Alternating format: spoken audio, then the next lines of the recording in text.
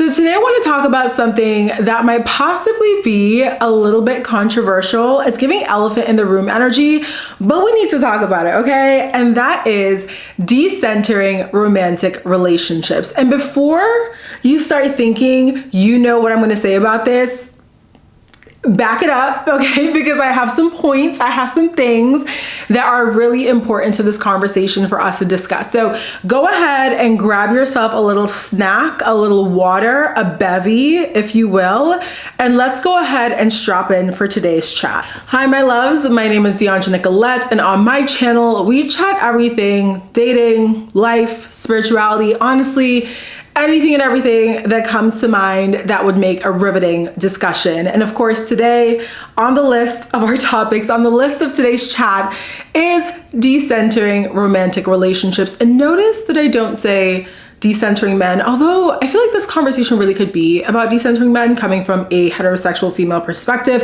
However, I want this video to hit for maybe the men out there, the people out there who don't only date heterosexual men, but want to decenter romantic relationships from their life as well. So let's go ahead and dive in. One of the things that irks me to no end is the way that our society, our culture, especially in the United States, and I feel like this really is in like every single culture out there, we put such an emphasis on romantic relationships as a way of completing the individual, right? You hear about in movies or even in these like Disney fairy tale stories and cartoons and things about this other half, this other person that completes you.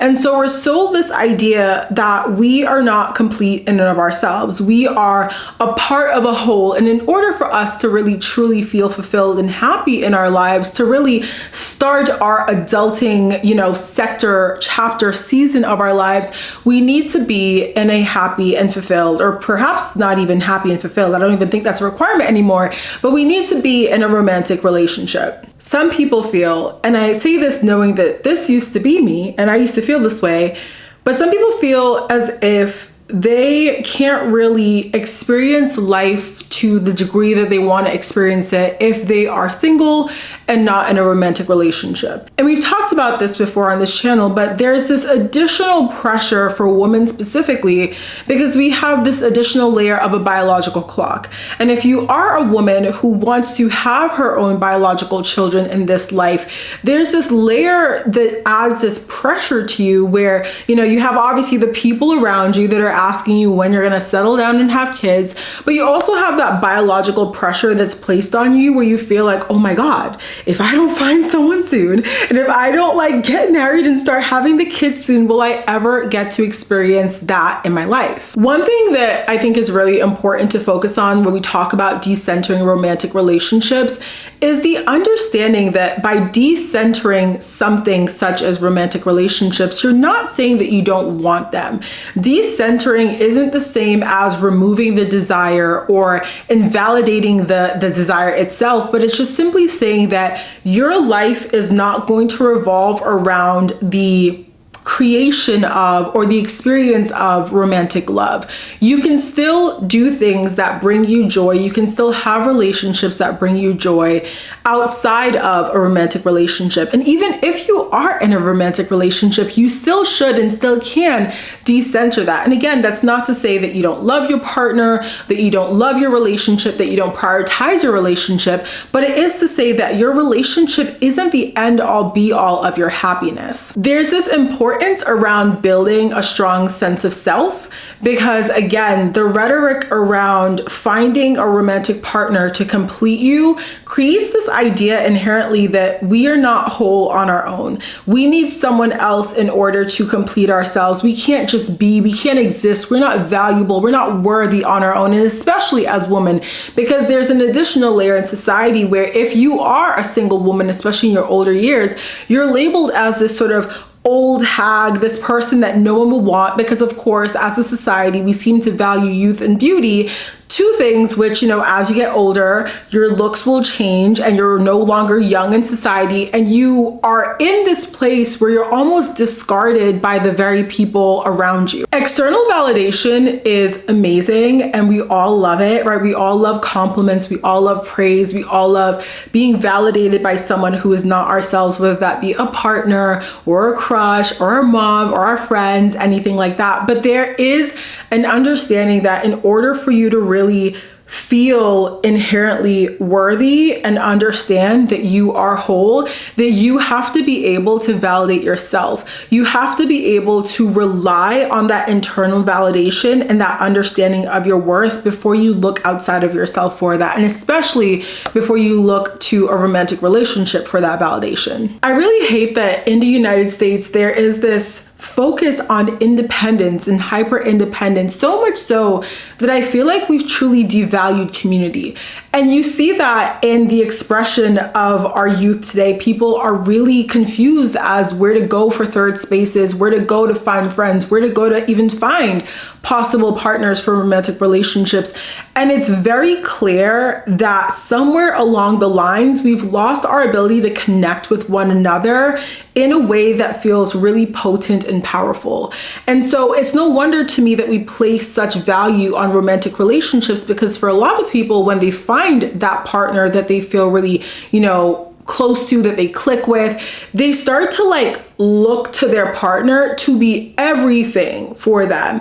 And I feel like that's a really big job to give one person in your life. And so there is this need for us to find joy in other relationships in our lives. For both men and women, this means creating community in your life. So whether that is finding friends, third spaces, creating those third spaces in your community if you don't have them, I think that's really important. I know it's easier said than done, but one of the things that I've personally been focusing on this year is making sure that I'm actually going outside, creating opportunities to make friends.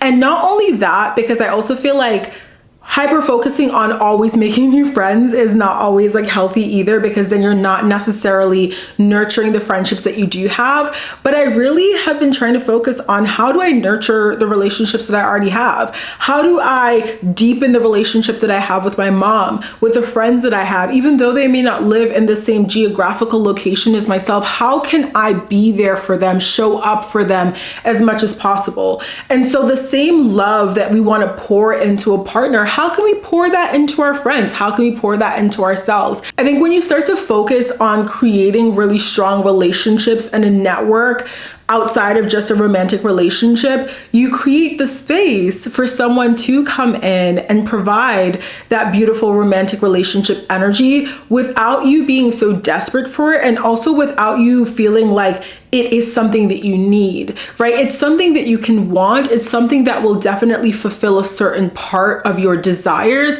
but it's not everything. When you decenter romantic relationships, you stop putting people on pedestals, because if you are not careful in your pursuit of a romantic relationship, in your desire for partnership and partnerhood, you can end up in a situation where you are missing red, yellow, crimson flags for someone that's coming in your life, and you can start to put someone on a pedestal simply because you desire a partner and you're not thinking about what you value, you're not thinking about how this particular person is showing up. So it's really important that as you continue to find joy in your own relationship with yourself, your relationship with your friends and family, that the more you do that, the more you start to realize, okay, a partnership, a partner is amazing and I want that. Yes. The more you begin to not allow yourself to settle for the absolute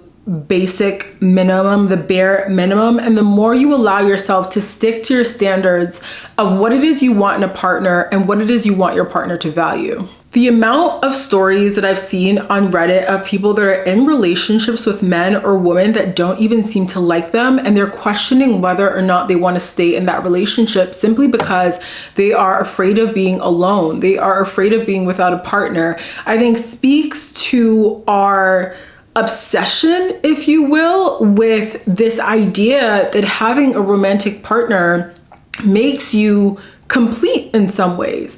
And as a society, as a collective, I think we need to release that idea, and I think we need to release it swiftly, okay?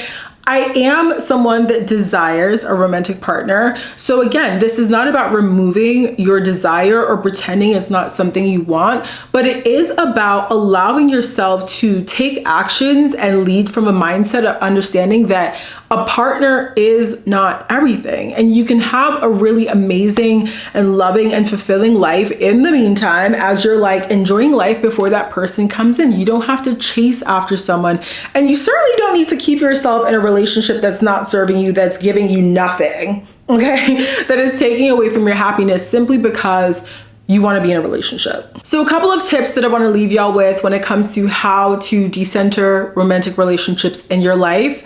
I want y'all to focus on self-care and hobbies. What are some things that you're really into, that you really want to do, that you really want to try, that you've always said you wanted to do, but maybe you kind of held off on doing it because you wanted to wait for a partner? Do you want to go to those wine tastings? Do you want to travel more? Do you want to explore photography? And I know that there are some concerns with certain things. So for example, with the travel, solo female travel, that can get a little scary. The world is sometimes a scary place, but I do definitely think there are ways to do these things very safely, very securely, or as safely as possible by yourself or with a friend or even with a parent or a family member without necessarily putting your life and your hobbies on hold while you wait for a romantic partner. Build a supportive community. So whatever that looks like, community can be in person, online, a mix of both. I support a mix of both. So this right here is, I can be part of your community. You can have people on Instagram or social media that you really click with. You can have a Discord group or a Reddit group, but also just building that community in person. So this can be done through those hobbies or even finding third spaces or creating third spaces if you can't find any. Practice self-validation. So make sure that you are affirming yourself, that you are seeing your value, seeing your worth before you are looking to other people to affirm your worth and value. And lastly, set some goals for yourself, okay? Figure out what it is that you want in this life. And obviously goals can change, what we want can change. But